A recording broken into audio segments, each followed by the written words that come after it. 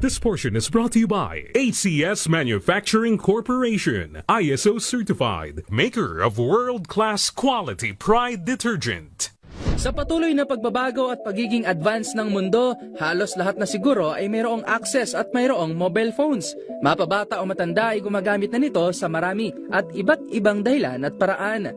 Ngunit alam nyo bang may pagkakataon na ito pa ang nagiging dahilan upang tayo ay magkaroon ng phobia na marahil ang ilan ay hindi pa aware na mayroon sila nito. Ito ang tinatawag na nomophobia o no mobile phone phobia. Ito ay ang takot at anxiety ng isang tao kapag nahiwalay o nawala sa kaniyang tabi o paningin ang kaniyang mobile phone na nagdudulot ito ng panic o anxiety sa isang tao. Mayroon din silang labis na pag-check ng kanilang phones sa buong araw at madalas na mag-alala na mawala ng contact sa kanilang mga kausap. Ayon sa mga pag-aaral, ilan sa mga sintomas nito ay ang pagbabago ng paghinga, panginginig, labis na pagpapawis, disorientation, agitation at irregular na pagtaas ng tibok ng puso.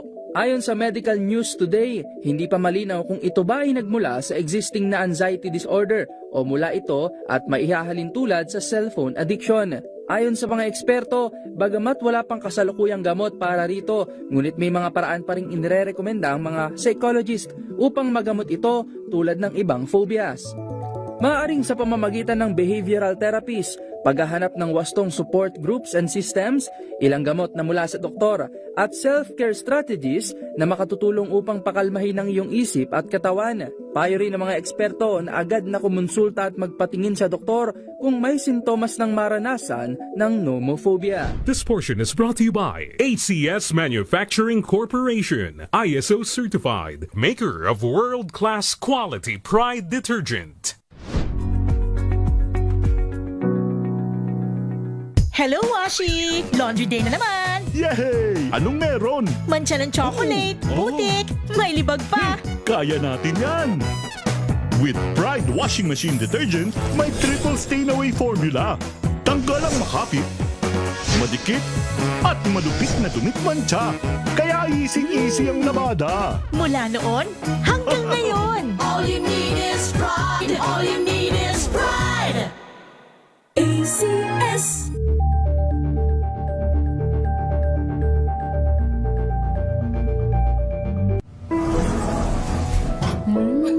Amoy forever. Amoy LQ. Amoy New Cala Berry Blues. Amoy kala, amoy good vibes.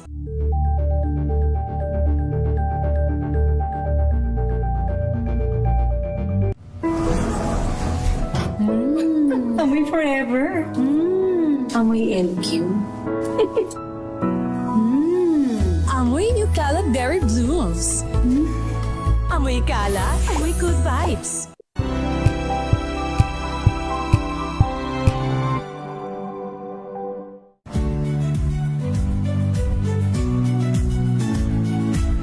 Magandang araw mga kaibigan. Ito po ang inyong balerina ng bayan, si Lisa Makuha Elizalde, na nag-aanyaya sa inyong samahan kami at ang aming mga espesyal na panauhin para sa kalahating oras ng masayang kwentuhan sa aming programang Art to Art, kung saan ang usapang sining at kultura ay para sa lahat. Huwag kaliligtaan, tuwing linggo, alas 3:30 ng hapon, dito lamang sa DZRH Radio, DZRH TV, at via online streaming. Mapmakatao Awards for Media Excellence Best AM Radio News Program. Kasama sina Kyle Bulias at Yuel Reyes. DZRH Boom Balita. Boom Balita. Napag-uusapan ho natin yung balita natin kanina ukol ho sa survey ng Okta Research kung saan 45% ng mga respondents, ang mga tinanong ho sa survey na ito ay 1,200 adult Filipinos, kung saan agarang dapat tugunan ng administrasyon ang usapin pa rin sa pagtaas ng sahod at sweldo. Na ngayong araw ho na ito ay makakasama natin at nasa linya na natin ang Executive Director ng National Wages and Productivity Commission o NWPC, si ED Ma'am Chris C. Ma'am Chris, magandang hapon po. Si Yuel Reyes po ito. Live po tayo sa DZRH. Magandang hapon po, Ruel, at sa inyo pong mga taga-subaybay, magandang hapon din po. Opo ma'am, Yuel po, una ho, ano ho ang reaction po natin? Tayo ho, tama po Ma'am Chris, nagtatakda ng nag-guide dito ho sa mga Regional Wages and Productivity Board ho natin sa usapin ng pagtatakda ng minimum wage ng mga manggagawa ho natin sa iba't ibang rehiyon. Ano ho yung reaction ho natin dito ho sa survey ng Okta Research? Tama po kayo, ang function po ng ating mga Regional Tripartite Wages and Productivity Board ay magtakda po ng minimum wage sa ating mga rehiyon. At in fact, sa kasalukuyan ho, 14 na rehiyon po yung nakapag-release na ng minimum wage adjustment nila for the 2025 to 2026 round. At ang natitira po for this remaining round ay yun pong ating sa Davao or Region 11 at saka doon po sa Region 5. Pagdating naman po doon sa concern ninyo tungkol doon sa resulta ng Okta survey, ano po, yun po kasing pag-improve ng take-home pay ng ating mga manggagawa ay hindi po ito masusustained by wage adjustment alone. At its core po, yun hong mataas at sustainable wage requires higher productivity, particularly po sa mga industries where the Philippines has a competitive advantage. So, ang ibig sabihin po nito, kung mas productive yung mga enterprises natin, they can generate greater value, they can create real room for better wages, stronger benefits, and improved working conditions. So, yung minimum wage po natin, as it is right now, it remains a critical protective function of the state. And because it provides a wage floor for our vulnerable workers, and as I have said, our boards have continuously performed their functions. They have issued the necessary wage orders according to the timelines that they have identified to safeguard our workers' income. But again, it requires naman balancing with our enterprise ability to pay so that we can maintain their viability. Kasi po, yung demand naman po kasi sa labor ay it's a derived demand. So kung wala hong mga enterprises na magpapasweldo sa ating mga manggagawa, kahit gaano pa ho kataas yung ibigay nating sweldo ay kung wala namang enterprise na kukuha sa kanila, baliwala din po iyon. Kaya kailangang balansehin ho natin yung pagtatakda ng minimum wage sa productivity ng ating mga enterprises. Yun po ang role ng Department of Labor and Employment. And I think this actually aligns with the Philippine Development Plan and the Trabaho para sa Bayan Plan, which emphasized job quality, productivity growth, and the need for transformation, the structural transformation as our pathway to higher incomes. Buti ho nabanggit niyo yung pagbabalanse. Gaano ho kahirap ang pagbabalanse sa bahagi ho ng gobyerno at ng lalo na po ng private sector ho natin kasi yun ang madalas na hindi na pag-uusapan. Opo. Meron po tayong 10 criteria na nakalagay sa batas na kailangan po na isaalang-alang ng ating mga regional boards sa pagtatakda po nila ng pagtaas ng aumento. At ito pong 10 criteria na to, we can group it into 3 major categories. The needs of workers and their families, the employer's capacity to pay, and the requirements of economic development. So mahirap hong balansehin lahat ito, kaya ho kailangan yung social dialogue, yung tripartism, working talaga dapat ito sa ating mga regions para magampanan po yung objective nung nakalagay sa batas natin na we should be able to provide minimum wage that would protect our vulnerable workers but at the same time also preserve our enterprises in the regions. Opo, nabanggit niyo po kanina na 14 regions po no na hindi pa rin nakakapagpasa ng pagtataas sa sahod. Tama po, yung Davao Region 11 at ang Bicol Region 5. Ano ho yung dahilan nito? I-correct ko lang po, 14 po yung nakapag-issue na. Opo. Opo, 14. At 2 na lang po yung natira. Yung pong Region Davao at saka Region 5. Kasi ho yung sa yung sa ating Davao ay yung kanila hong wage order ay mag-start pa lang po yung kanilang wage determination process this January at yun naman pong sa Region 5 ay sa February or sa March pa ho. Kaya within the timelines pa rin po sila. Kung maaalala nyo ho, last year nagkaroon ho tayo ng matinding bagyo at nagkaroon ng decision yung sa Bicol na i-defer muna yung kanilang wage determination process kasi nga ho apektado yung mga negosyante.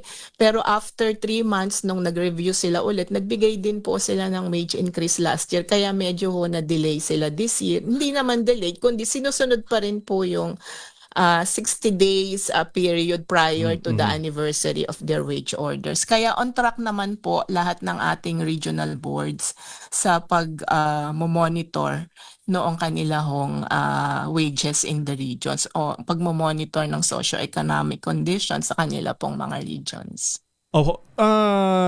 Sa mga hindi ho nakakaalam nung proseso ho natin sa pagtatakda ng panibagong minimum wage, gaano katagal ho yung dapat na sundan? Ibig sabihin ho ba within a year o at least 1 year ay nakapagtakda na po ulit ng panibagong minimum wage?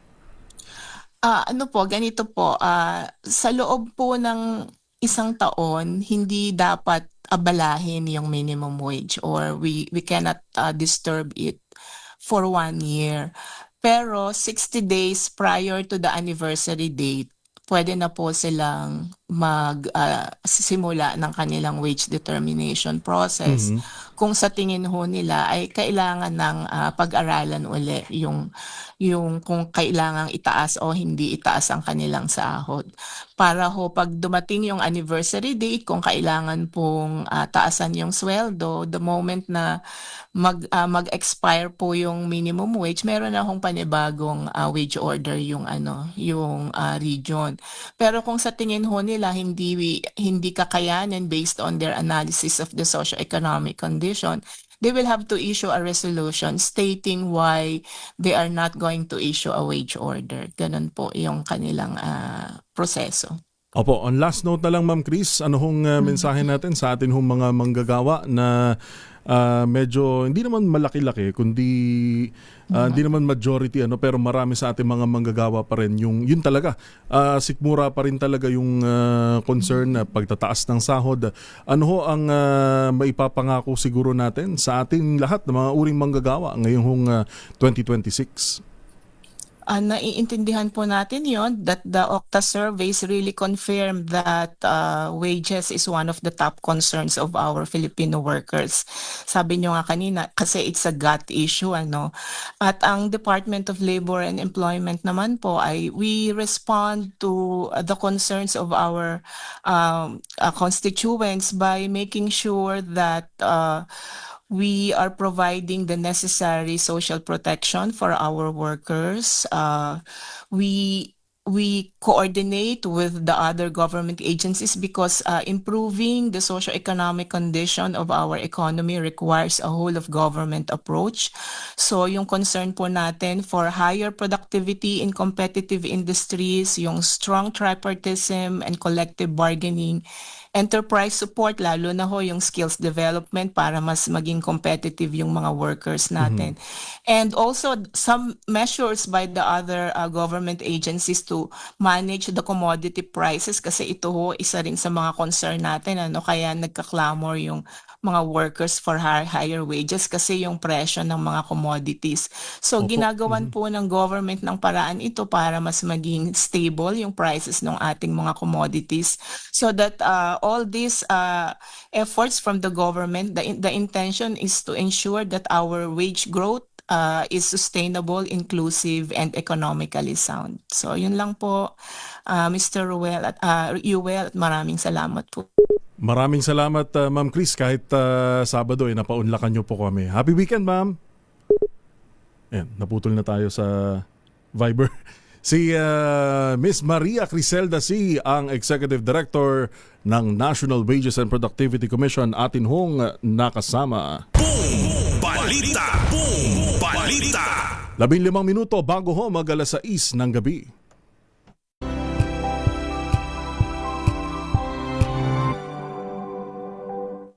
Maulan man, no worries na amoy kulong ang damit. Charm Fabcon, bangong kumakabloom, tanggal amoy kulog sa bango ng charm. Kaya gamit ko, Charm Fabcon with Bloom Fresh technology. Kills 99.9% of kulob-causing bacteria.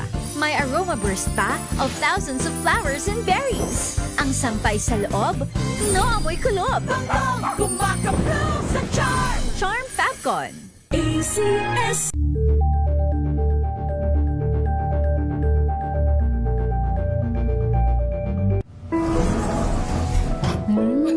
Amoy forever.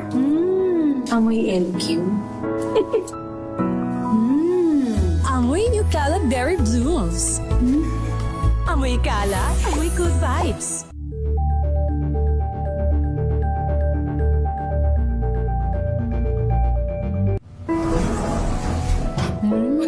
Amoy forever.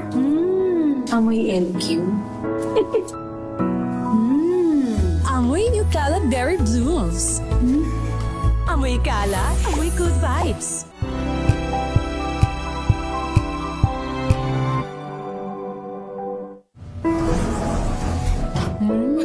Amoy forever. Amoy LQ. Amoy New Cala Berry Blooms. Amoy Cala, amoy good vibes.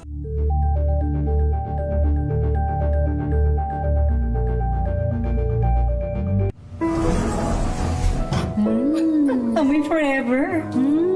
Amoy LQ. Amoy New Cala Berry Blooms.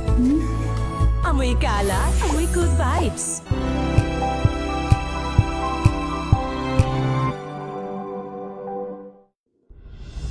Tuloy-tuloy ang pagtulong, tuloy-tuloy ang pagseserbisyo at tuloy-tuloy ang balitaan kasama si May Binauhan sa Operation Tulong mula Lunes hanggang Biyernes.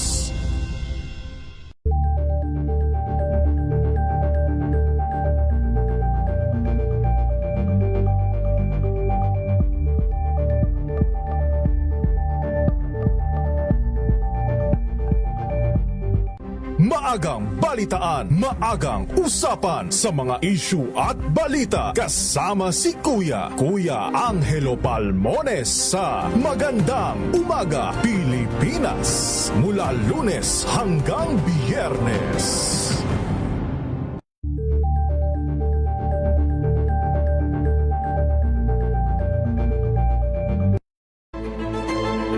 Pakikinggan ang bawat panig. When you fight for justice, think about the queer people. Kung hindi kami magkukwento, sino ang magkukwento para sa amin? Ang mga panawagan, ipababatid. Hindi talaga ito masusing pinag-aralan ng gobyerno. The women who are beaten and abused. It's time to listen to their voices. Tunghayan ang iba't ibang boses, mga kwento mula sa iba't ibang anggulo. Dito lang sa Point of View. Mapapanood tuwing linggo, alas 12 ng tanghali sa DZRH TV.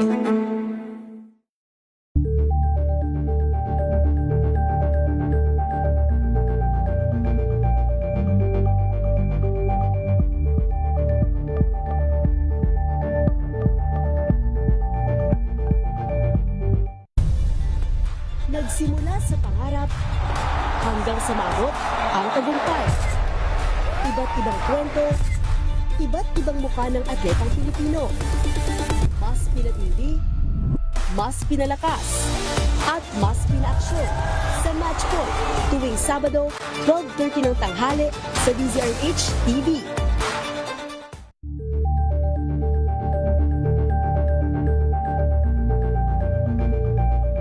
Tambalang Anthony Taberna at Jerry Baha ang gigising sa inyong umaga dahil lalatay ang humahagupit na diskusyon at komentaryo Lunes hanggang 13th PMAP Makatao Awards for Media Excellence Best AM Radio News Program.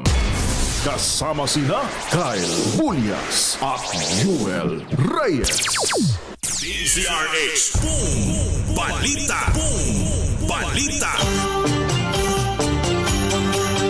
Narito ang mga sari-sari at mga halo-halong balita. Balitang showbiz, balitang sports, balitang pangkalusugan, balitang karumaldumal, balitang kahindik-hindik, at balitang nakakatuwa. Dito lamang sa ating mga chapsuy na balita. Mga chapsuy na balita. Para sa ating mga chapsuy na balita, unahin na ho natin sa balita sa ibayong dagat. Ipinatapon raw ho pabalik ng kanilang bansa ang aabot sa 73 South Koreans mula ho sa bansang Cambodia dahil sa umunoy pagkakasangkot sa online scams. Wala mong meron din sa mga OPA. Ito'y upang humarap sa investigasyon sa pang-i-scam sa mga kapwa Korean nationals ng aabot sa 48.6 billion won. Ayon sa South Korean government, sakay ng isang chartered plane, kinabibilangan ito ng 65 na kalalakihan at 8 mga babae. Nagpasalamat naman ang South Korean Foreign Ministry officials sa Cambodian government sa pagtulong sa kanila na tugisin ang mga kriminal na bumibiktima rin sa kanilang mga kababayan. Chapsuy na balita. Chapsuy na balita. Samantala sa ating balitang sports, umarangkada na ang unang araw ng Philippine Women's Open Qualifiers na ginaganap sa Rizal Memorial Tennis Center. Una nagpasiklab sa qualifying match sina Angeline Alcala at Steffi Aludo na kapwa mula sa Pilipinas, kung saan nagwagi si Aludo sa score na 6-0 at 6-1. Samantala sa qualifying match 2, nagharap naman si Pinay player Lorraine Halorina at Piangtarn Plipuech ng Thailand, kung saan nanalo ang Thai player sa score na 6-0 at 6-1. May binabanggit sa atin si Matchpoint Mili Borja na ito raw ang kauna-unahang Women's Tennis Association o WTA sanctioned tournament na ginaganap ho ngayon sa Pilipinas. Yan ho yung Philippine Women's Open, kung saan nandito rin si tennis star Alex Ayala. Ngayon ho, hanggang bukas ay qualifying rounds at ang pinaka main event daw po ay mula January 26 hanggang January 31 para sa official competition days ng singles at doubles main draw. Yun. Chapsuy na balita. Chapsuy na balita.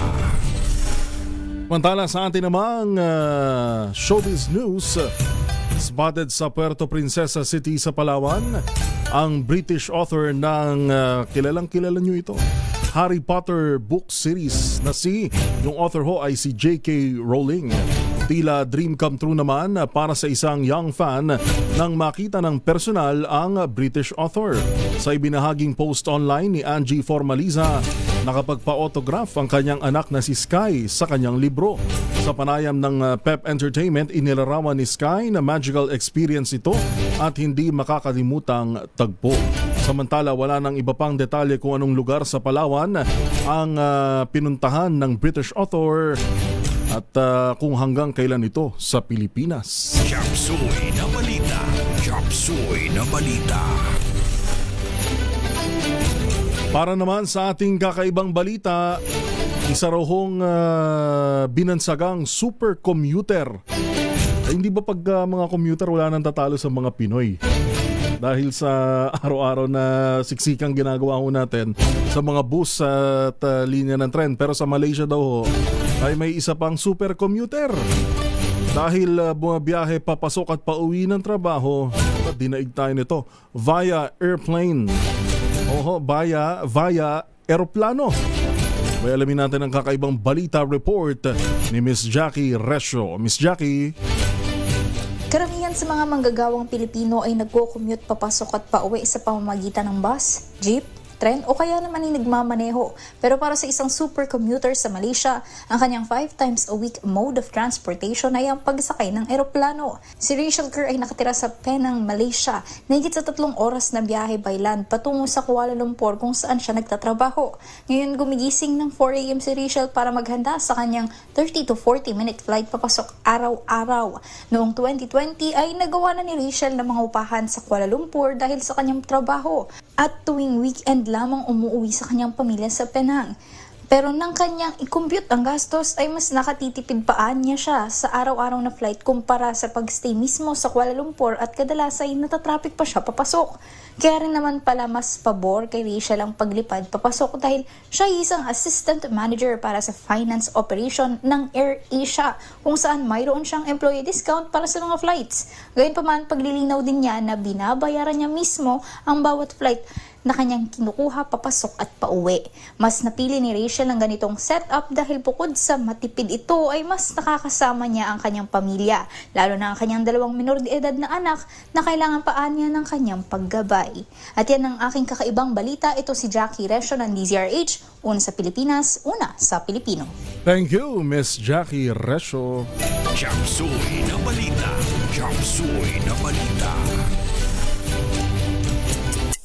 Nagbabagang mga balita at sumasabog na mga ekspose. DZRH. Boom! Balita! Boom! Balita!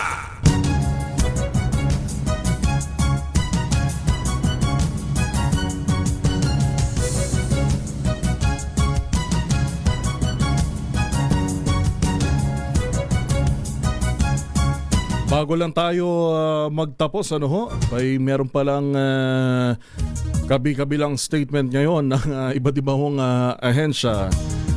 Recently, naglabas pinakabago pero hihimayin pa ho natin ito ang Department of National Defense hinggil sa pahayag ng China Foreign Ministry at ng Chinese Embassy dito ho sa Manila. At ang pinakahuling may panawagan din ay si Senator Okix Kiko Pangilinan. Ang sinabi ho ni Senator Kiko Pangilinan ay hinihimok ang Department of Foreign Affairs sa pamamagitan ho ni DFA Secretary Tess Lazaro na mag-file ng diplomatic protest at ipatawag ang Chinese ambassador ho dito sa Pilipinas. Kaugnay ho yan ng maging mga pahayag ng China envoy dito ho sa atin. Dapat harapin din at maging matapang sa mga pinagsasabi ho ng kanilang foreign ministry. Anyway, sihimayin pa ho natin na ilan pa mga detalye ho nito at sa mga susunod pa nating balitaan at mga programa dito ho sa DZRH. Balikan natin ang ating headlines.